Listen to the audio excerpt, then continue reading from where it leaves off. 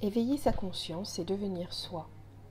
Éveiller sa conscience est un chemin initiatique d'amélioration de son être profond et de connaissance de soi, le tout dans l'intégration de notre être, dans un monde où nous sommes un, dans le tout, et où nous sommes tout, dans le un. Certains passeront leur vie à la recherche de cet éveil de conscience à travers la question fondamentale de « Qui suis-je dans ce monde ?»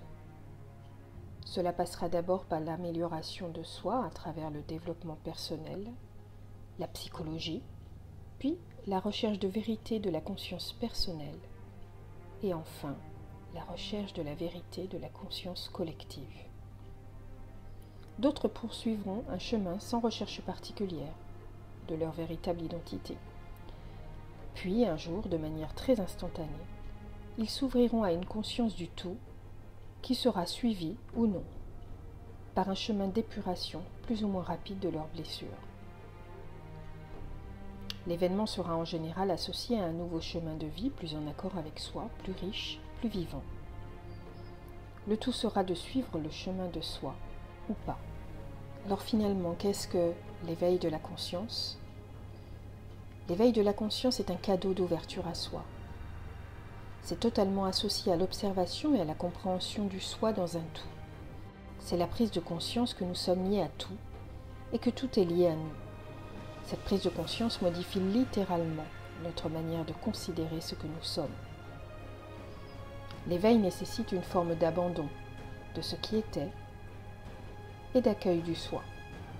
C'est donc un passage, un tunnel vers un nouveau regard sur soi et sur l'autre. L'autre étant l'homme, la nature, la terre et l'univers.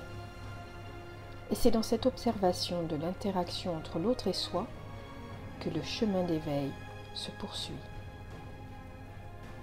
Le tout étant mélangé à une forme de confiance et des synchronicités qui nous amènent à comprendre que ce chemin est juste.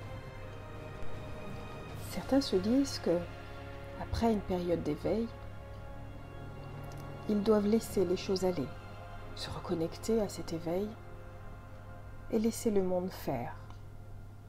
Cependant, cela est faux. Il faut accompagner cette évolution. C'est comme une épuration de l'ancien soi pour enfin devenir ce que nous sommes. La première chose à faire est d'observer sa relation à l'autre. L'éveil en soi n'est pas une finalité, mais le début d'un travail à travers sa relation à l'autre, tel un miroir. Chaque émotion associée à l'autre nous en dira plus sur nous-mêmes et sur le travail à réaliser. Pour épurer, accueillir ce que nous ressentons face à l'autre, c'est observer nos comportements avec l'autre, nos émotions, nos rejets, nos parts d'ombre, et en déduire nos blessures. Dans un deuxième temps, il faut s'accueillir dans son entièreté et dans le tout. L'éveil nous permet de nous ressentir dans le tout. Mais dans ce tout, il faut accueillir toutes les parts de soi, nos multiples facettes, nos multiples masques, observer avec justesse ce que nous éprouvons, s'accueillir dans nos émotions, dans nos parts d'ombre, nos colères, la jalousie, la peur. S'accueillir dans notre sensibilité, nos failles, nos blessures, tenter de les comprendre, de les analyser, de les améliorer.